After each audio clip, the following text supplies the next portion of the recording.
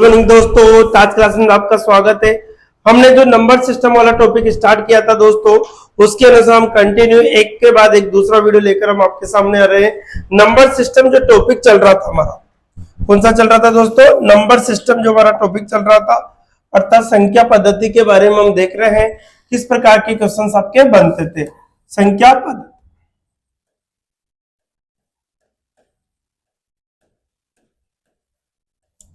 देखिए दोस्तों, number system जो आपका टॉपिक चल रहा था, उसके अंदर हमने कल अभाज्य संख्याओं के बारे में देखा था। कौन सी संख्याओं के बारे में देखा था? अभाज्य संख्याओं। अब देखो, अभाज्य संख्या के बाद में हम देखते हैं कंटिन्यू। जैसे हम क्या आती है हमारे पास, एक आती है सहभाज्य संख्या,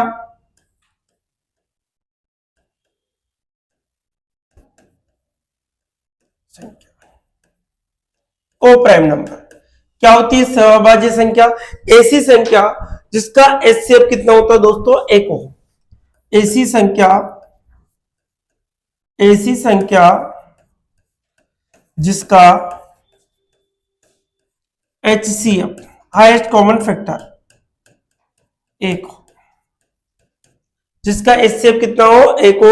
अर्थात जो मसा है वो कितना होना चाहिए दोस्तों? 1 होना चाहिए। तो ऐसी संख्या क्या करना चाहिए? आपका असहभाज्य संख्या कहलाती है। जैसे एग्जांपल हमने लिखा 5 और 7। देखिए दोस्तों, यहाँ का इन दोनों संख्याओं का जो एचसीएफ होता है वो कितना होता है दोस्तों? 1। कितना होगा? 1। तो ये संख्या कौन सी होगी? सहभाज्य संख्या हो जाएगी। इसी प्रकार से जैसे मैंने लिखा 19 और 20 लिख दिया। अब इस संख्या का कितना एचसीएफ भी 1 होता है। तो ये संख्या कौन सी? सहभाज्य संख्या है। अर्थात सिंपल भाषा में हम देखें तो ऐसी संख्या जिसमें किसी भी संख्या का, अर्थात कोई भी संख्या उसमें अंदर कॉमन ना आए, दोनों के अंदर की बात कर रहे हैं। जैसे मैंने लिखा 20 और 23 लिख दिया। अब देखो, यहां के अंदर भी देखिए, अब कोई भी संख्या कॉमन नहीं आती है, इसलिए एक कौन सी संख्या बन गई? आपकी सहअभाज्य संख्या बन जाती है। कौन सी बन जाती है दोस्तों? सहअभाज्य संख्या। इन्हीं संख्याओं से अंदर से हमारी एक और संख्या निकलती है, ट्यून संख्या। ट्यून संख्या कौन सी दोस्तों? ट्यून संख्या। अब ट्यून संख्या होती क्या है? यदि दो जो अभाज्य संख्या हो, कितनी हो? जो दो अभाज्य, जैसे आपके 3 और 5, 5 और 7 हो गया आपका, 11 और 13 हो गया आपका, ठीक है। इसी प्रकार से 17 और 19 हो गया, और भी आगे लिख सकते हो आप। तो देखिए दोस्तों, इस प्रकार की जो संख्या होती है ट्यून संख्या, ऐसी संख्या दो अभाज्य संख्या जिसके अंदर कितने का अंतर हो दोस्तों? 2 का। कितने का अंतर हो? 2 का। इसमें भी कितने का अंतर होना चाहिए? 2 का। तो ये संख्या है, क्या कहलाती है दोस्तों? ट्यून संख्या कहलाती है। कौन सी संख्या कहलाती है? ट्यून संख्या। क्या कहेगी ट्यून संख्या? सहअभाज्य संख्या के अंदर से, जैसे भाज्य संख्या जो होती है उसके अंदर से यदि दो अभाज्य संख्याओं के बीच में यदि 2 का अंतर है, कितने का अंतर है? 2 का, तो वो संख्या कौन सी कहलाती है दोस्तों? आपकी ट्यून संख्या कहलाती है। कौन सी संख्या कहलाती है? ट्यून संख्या आपकी कहलाती है। इसी प्रकार से आगे देखें तो और भी क्वेश्चन हम देते हैं। देखिए क्या है नेक्स्ट हमारे पास जो आएगी अब प्रमेय संख्या। इससे पहले हम देख लेते हैं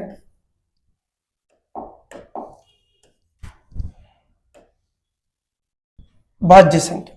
इसके पहले हम देख लेते हैं भाज्य संख्या। देखिए साहब, भाज्य संख्या होती क्या है? देखिए, भाज्य संख्या जो होती है ऐसी संख्या जिसका कम से कम एक पेयर बने, एक जोड़ा बने। तो देखिए साहब, 4 होगी, 4 के बाद में 6 होगी, 8 होगी, 9 होगी, 10, 12, 14, 15, 16, 18, 20, इस प्रकार से चलती रहती है। कहां तक चलती है दोस्तों? इनफाइनाइट तक। तो देखो, जो भाज्य संख्या होती है ऐसी संख्या जिसका कम से कम एक जोड़ा बने, एक पेयर बने। जैसे 2 इंटू 2 का एक पेयर बन रहा है, यहां देखिए 2 इंटू 3 का पेयर बन रहा है। अब यहां देखिए आप, तो यहां पर 2 इंटू 2 इंटू 2 का भी पेयर बन सकता है, और 2 इंटू 4 का भी पेयर बन सकता है। मैं आपसे बोला है कि कम से कम किसका? कम से कम एक पेड़ बने, ज्यादा कितने भी पेड़ बन सकते हैं। तो ऐसी संख्या हमारी क्या कहलाती है दोस्तों? भाज्य संख्या कहलाती है। कौन सी संख्या कहलाती है? भाज्य संख्या। अर्थात ऐसी संख्या जिसका कम से कम एक पेड़ बने, एक जोड़ा बने। जैसे यहां पर देखिए आप, क्या बना इसका जोड़ा, किस प्रकार से बनेगा आपका?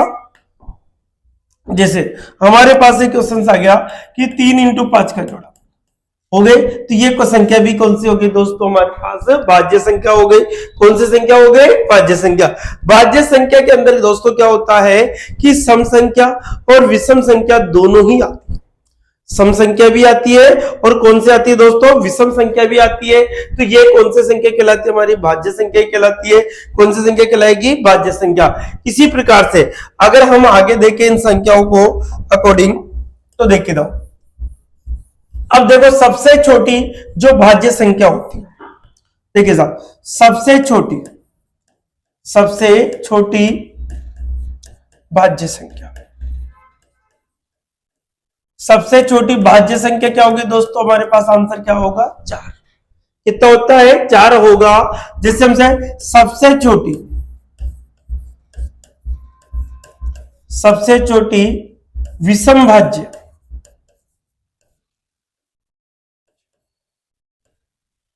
सबसे छोटी विषम भाज्य संख्या कौन सी होगी दोस्तों? हमारे पास पहली जो संख्या आती है वो क्या आएगी दोस्तों? सबसे छोटी, देखो सबसे छोटी जो भाज्य संख्या हो तो कितनी होगी दोस्तों? 4 होगी। सबसे छोटी विषम भाज्य कितनी होगी दोस्तों? आपकी 9 होगी।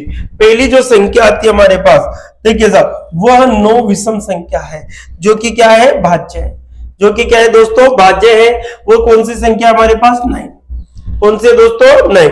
इसी प्रकार से हम देखें और भी संख्या, देखिए अब देखो, जैसे दूसरी सबसे छोटी विषम भाज्य संख्या है। देखो दूसरी, पहली नहीं, दूसरी, देखो दूसरी सबसे छोटी विषम भाज्य संख्या है, तो ये तो पहली हो गई दोस्तों, ये तो पहली हो गई। तो दूसरी कौन सी बनेगी हमारे पास? 15। क्या होगा दोस्तों? 15। तो इस प्रकार के क्वेश्चन भी आपके एग्जाम में पूछे जा रहे हैं कि दूसरी सबसे छोटी विषम भाज्य संख्या कौन सी है दोस्तों? आपकी कितनी होगी? 15 होगी। अगर वो तीसरी पूछे तो क्या बनेगी दोस्तों? 21 बन जाएगी। आपके क्या बन जाएगी? 21 बन जाएगी। तो इस प्रकार से ये चलती रहती है। तो ये संख्याएं जो होती है हमारे पास, कौन सी संख्या है दोस्तों? आपकी भाज्य संख्या। कौन सी संख्या है? भाज्य संख्या। कहां से स्टार्ट होती है? 4 से। कहां तक चलते हैं? इनफाइनाइट। कहां तक चलते हैं? इनफाइनाइट तक। सबसे छोटी भाज्य संख्या क्या होती है? 4। सबसे छोटी विषम भाज्य संख्या क्या होती है? 9। दूसरी सबसे छोटी विषम भाज्य संख्या क्या होती है दोस्तों? 15 होती है। ठीक है, तो ये भाज्य संख्याओं से रिलेटेड हमने बात की। भाज्य संख्याओं को संयुक्त संख्या के नाम से भी जाना जाता है। कौन सी संख्या दोस्तों? संयुक्त संख्या के नाम से भी जानते हैं। इन्हें यौगिक संख्या भी कहा जाता है। यौगिक का मतलब जोड़ा, यौगिक संख्या भी कहा जाता है। ये ध्यान रखें कि कभी कभी उपनाम भी इनसे पूछ लिए जाते हैं। जैसे भाज्य संख्या क्या बोलेंगे, उसके बाद मैंने अभाज्य संख्या पढ़ाई थी। अभाज्य संख्या का जो दूसरा नाम था वो रूढ़ संख्या था। कौन सा संख्या था दोस्तों? रूढ़ संख्या था। इसी प्रकार भाज्य संख्या के अकॉर्डिंग संयुक्त संख्या भी बोल सकते हो, यौगिक संख्या भी आप बोल सकते हो। इसी प्रकार से हम देखें नेक्स्ट जो संख्या आएगी हमारे पास, नेक्स्ट जो संख्या होगी वो क्या होगी? देखो दोस्तों, हमारे पास रेशनल नंबर, प्रमेय संख्या। कौन सी संख्या दोस्तों? प्रमेय संख्या, रेशनल नंबर। ठीक है, क्या होती है जो प्रमेय संख्या होती है? ऐसी संख्या जिसको P/Q, जहां Q does not equal to 0 के रूप में, 0 के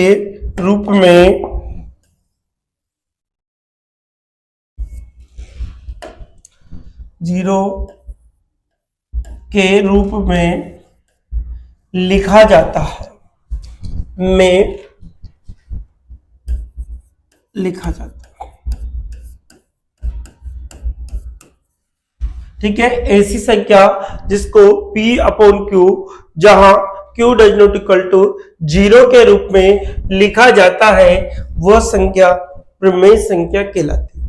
कौन सी संख्या कहलाती है दोस्तों? प्रमेय संख्या। अब देखो प्रमेय संख्या के अकॉर्डिंग हम देखें, जैसे किसी भी संख्या के अकॉर्डिंग, जैसे P अपॉन, जैसे मैंने 1 रखा, अब 1 के नीचे मैं 1 लगा दूं तो P अपॉन Q की फॉर्म बन गई, या 1 अपॉन 4 रखता, तो ये भी आपकी कौन सी संख्या है दोस्तों? आपकी पूरी। इसी प्रकार से कोई भी संख्या ले लीजिए, जैसे 7/5 ले लीजिए, 11/12 ले लीजिए आप, ठीक है, 19/20 ले लीजिए आप, 22/7 ले लीजिए आप, 5/1 ले लीजिए आप। तो इस प्रकार की जो संख्याएं होती है जिनको हम बटे के रूप में लिख सकते हैं, तो वो संख्याएं कौन सी कहलाती है दोस्तों? आपकी प्रमेय संख्या कहलाती है। कौन सी संख्या कहलाती है? प्रमेय संख्या। अब देखिए, अगर हम देखें तो प्रमेय संख्या के अंदर कौन कौन सी संख्याएं आती है हमारे? सबसे पहले हम देखिए प्राकृत संख्या। देखिए प्राकृत संख्या, नेचुरल नंबर जो मैंने आपको पढ़ाया था, प्राकृत संख्या होती क्या है दोस्तों? 1 से स्टार्ट होती है। ये कहां से स्टार्ट होती है? 1 से, और कहां तक चलती है? इनफाइनाइट तक।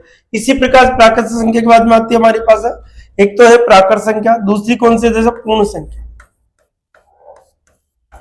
यदि प्राकृत संख्या के अंदर 0 शामिल कर लिया जाए, यदि प्राकृत संख्या के अंदर 0 शामिल कर लिया जाता है, तो वह संख्या कौन सी बन जाती है दोस्तों? आपकी पूर्ण संख्या बन जाती है। कौन सी संख्या बन जाती है? पूर्ण संख्या बन जाती है। अब देखो नेक्स्ट जो आती है हमारी, कौन सी संख्या आती है? पूर्णांक संख्या।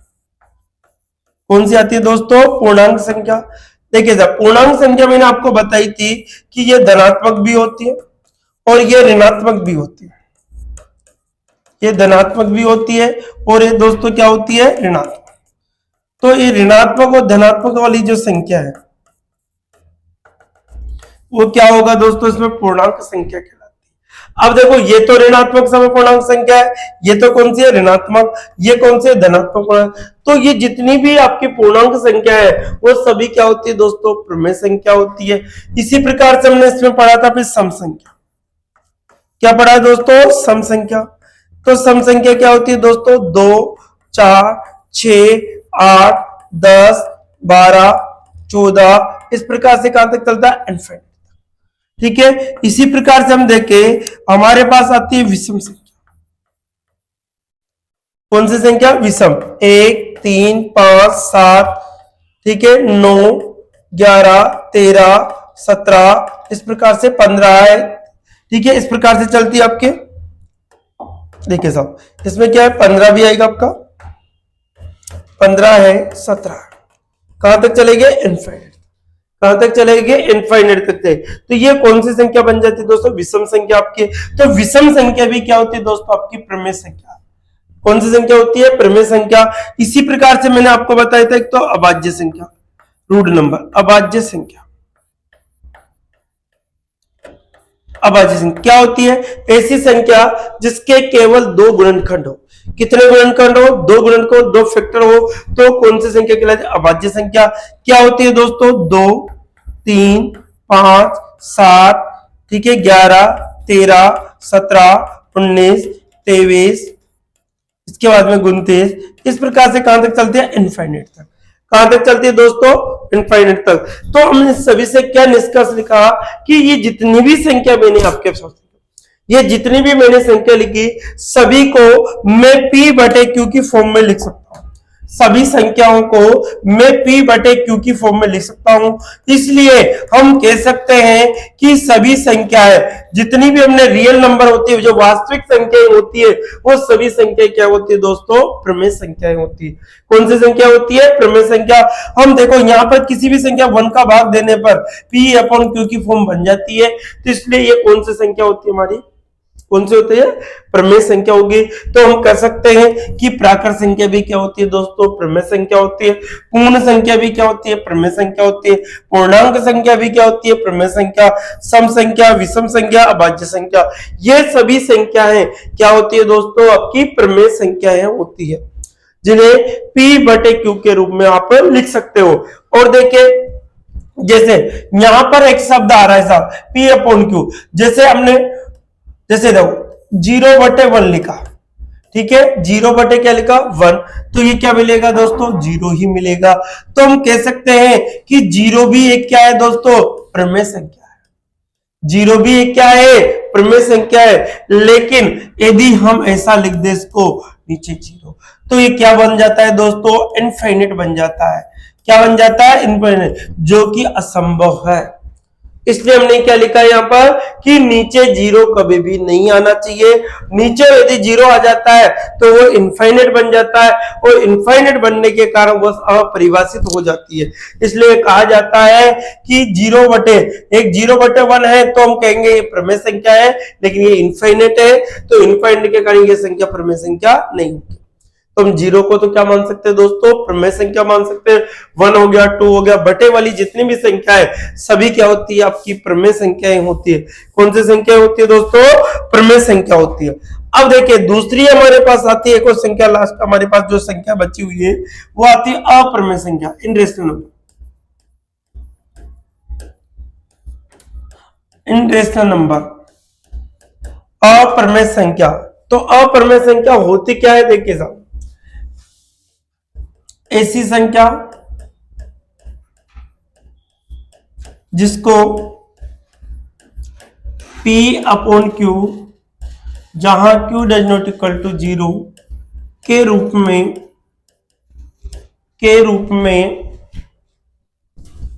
नहीं लिखा जा सकता। ठीक है, नहीं लिखा जा सकता, तो वो संख्या कौन सी होती है दोस्तों, अप्रमेय संख्या। कौन सी होती है, अप्रमेय संख्या। जैसे एग्जांपल देखिए सर, जैसे मैंने लिखा √2, √3, √5, √7, √11, √13, √19, √10, ये सभी संख्या क्या होगी दोस्तों, अप्रमेय संख्या। लेकिन एक बात विशेष कर ध्यान रखें, नोट डाल के ध्यान दीजिए, जिन संख्याओं का, ध्यान से समझना, जिन संख्याओं का वर्गमूल निकल जाता है, जिन संख्याओं का क्या निकल जाता है, वर्गमूल निकल जाता है, वो सभी संख्याएं हमेशा प्रमेय संख्या ही होगी। वो सभी संख्याएं क्या होगी दोस्तों, हमेशा प्रमेय संख्या ही होगी।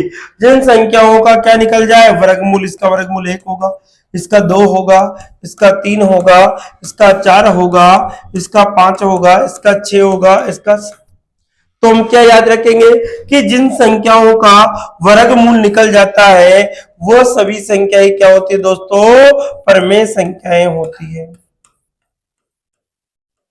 प्रमेय संख्याएं होती है।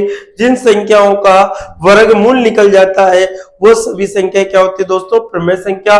जिन संख्याओं का वर्गमूल नहीं निकलता वो कौन सी संख्या होगी, अप्रमेय संख्या। अब इन संख्याओं के अकॉर्डिंग हम देखें तो इनमें अपवाद भी आते हैं दोस्तों। क्या आता है, अपवाद। अब देखिए सर, अपवाद क्या होता है, देखिए सर, एक तो पाई होता है और एक ही होता है। ठीक है, तो पाई को हम देखें, पाई का मान 22/7 होता है। क्या होता है दोस्तों, 22/7 होता है। और हमने क्या पढ़ा है कि बटे वाली जो संख्या है वो क्या होती है, प्रमेय संख्या।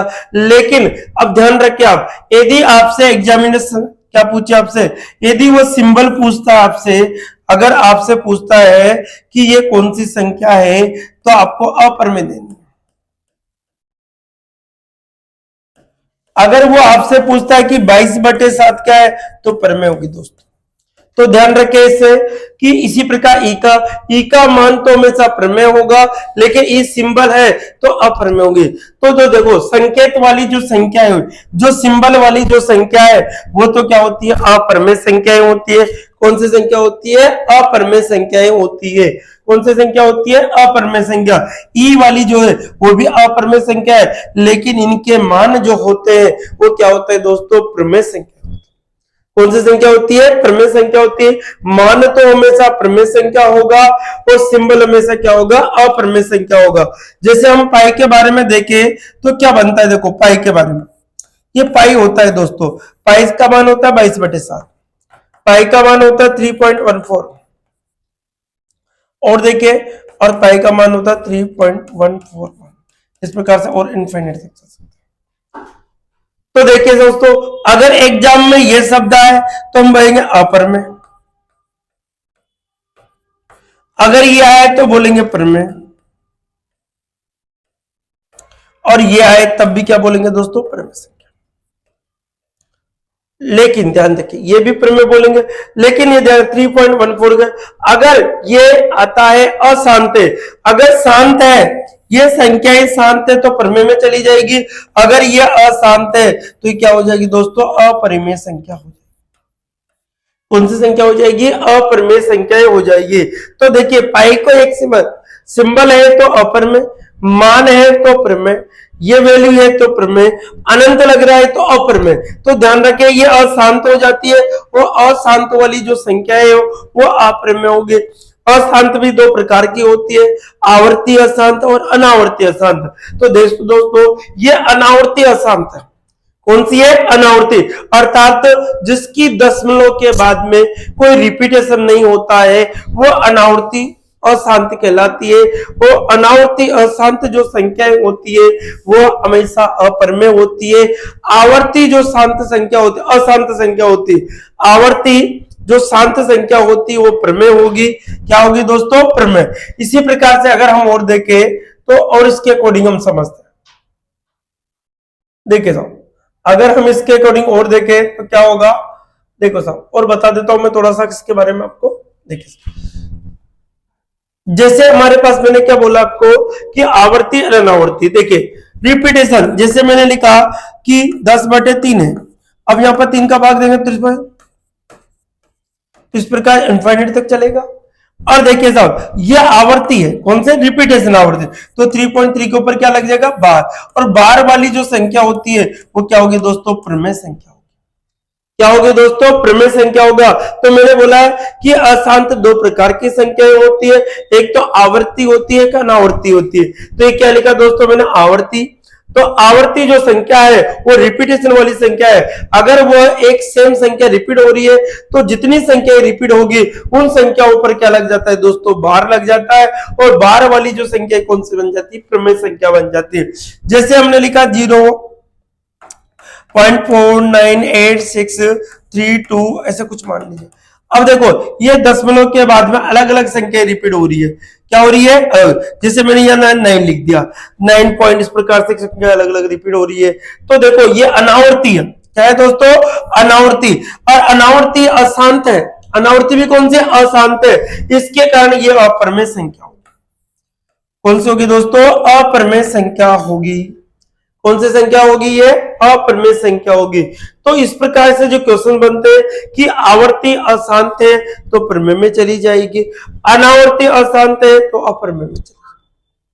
ठीक है, तो इस बात का ध्यान रखें। हमने देखा कि अप्रमेय संख्या p बटे q की फॉर्म में लिखा, q अपॉन जहां पर डज नॉट इक्वल टू 0 के बराबर होता है तो ये नहीं लिखा जा सकता, अर्थात जिन संख्याओं के वर्गमूल नहीं निकलते वो अप्रमेय संख्याएं होती है।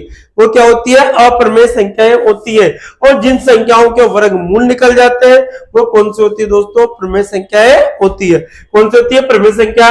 पाई और ई दो अपवाद है, पाई का मान तो हमेशा प्रमेय होगा, सिंबल हमेशा अप्रमेय होगा। ठीक है, पाई अप्रमेय है, 22/7 प्रमेय है, 3.14 भी प्रमेय है, 3 इस प्रकार इनफाइनाइट तक अप्रमेय। अगर दशमलव के बाद अलग अलग संख्या रिपीट होती है तो प्रमेय कहलाएगी, सॉरी अप्रमेय कहलाएगी। दशमलव के बाद अलग अलग रिपीट होती है तो अप्रमेय कहलाती है, समान संख्या रिपीट होती है तो प्रमेय कहलाती है। अर्थात ये तो आवर्ती अशांत संख्या है, ये अनावर्ती अशांत संख्या है। तो आज हमने प्रमेय और अप्रमेय जो संख्या है तथा भाज्य संख्या के बारे में हमने बताया। तो देखिए, इस प्रकार से हम और भी संख्या है जिनके बारे में नेक्स्ट वीडियो में डिस्कस करेंगे दोस्तों। तो आज के लिए इतना ही, नेक्स्ट वीडियो में फिर मिलेंगे। Okay, bye bye, take care.